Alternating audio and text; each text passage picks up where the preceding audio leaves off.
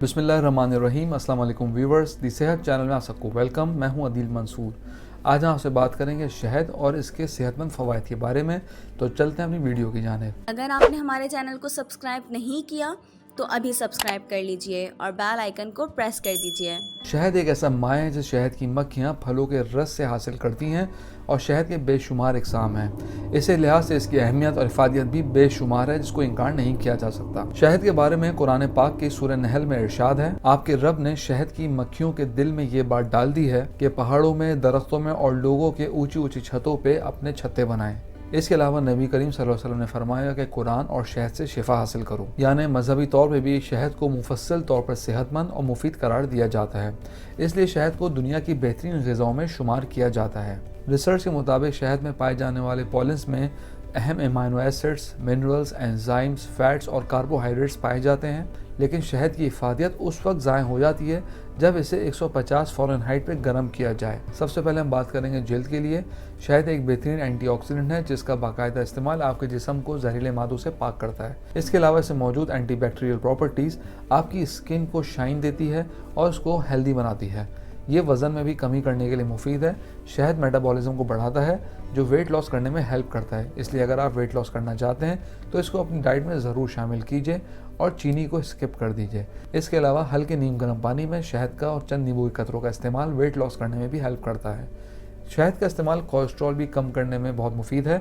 शहद में कोलेस्ट्रॉल नहीं होता, इसमें मौजूद विटामिन्स कोलेस्ट्रॉल की सतह को कम करने में हेल्प करते हैं। शहद दिल की बीमारियों को रोकने में भी काफ़ी मुफीद है। रिसर्च से पता चलता है कि इसमें मौजूद एंटीऑक्सीडेंट्स शरीयानों को तंग होने से रोकते हैं, क्योंकि शरीयानों का तंग होना हार्ट अटैक का सबब बनता है। इसलिए नीम गर्म पानी में शहद डालकर पिएं।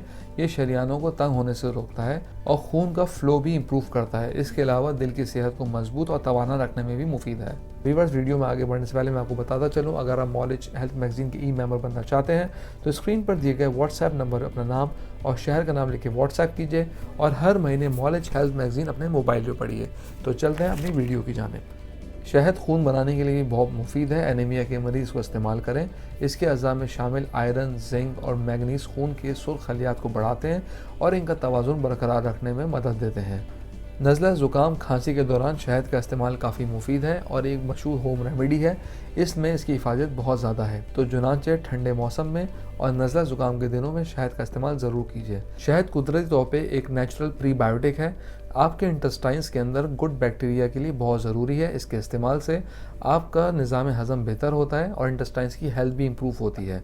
तो चुनांचे प्रीबायोटिक के तौर पे इसका इस्तेमाल करना ज़रूरी है। जूनिपर फॉरेस्ट हनी, ये आम तौर पे ज़ियारत बलूचिस्तान के इलाके में पाया जाता है जहाँ पे कायद आज़म की रेजिडेंसी भी है। ये शहद उस इलाके के जूनिपर फ्लावर से हासिल किया जाता है। ये शहद नींद की कमी, सर्कुलेशन प्रॉब्लम्स और आसाबी कमजोरी के लिए बहुत मुफीद। पीच ब्लॉसम यानी शफ्तालू, ये पेशावर के इलाके में पाया जाता है। इस शहद की खासियत यह है कि इसमें मौजूद कंपाउंड्स शरीयानों की तंगी को दूर करते हैं।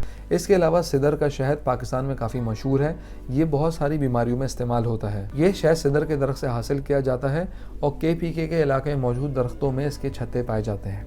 व्यूअर्स, मैं उम्मीद करता हूँ आज की वीडियो आपको पसंद आई होगी। कमेंट बॉक्स में राय ज़रूर आगाह कीजिएगा। अगली वीडियो तक के लिए अल्लाह हाफिज़।